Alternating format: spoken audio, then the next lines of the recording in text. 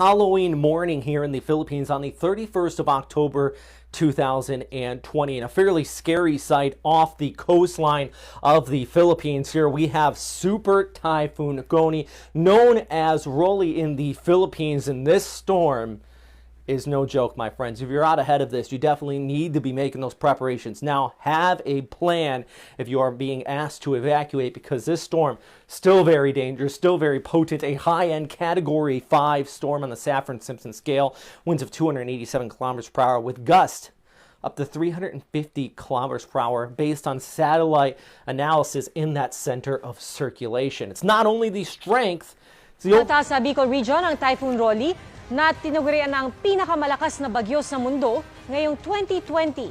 Sa Catanduanes, Camarines provinces pa rin ito inaasahang unang maglalandfall bukas ng umaga. Pero simula mamayang gabi, mararamdaman ng malakas sa hangin at ulang dala nito sa Bicol region.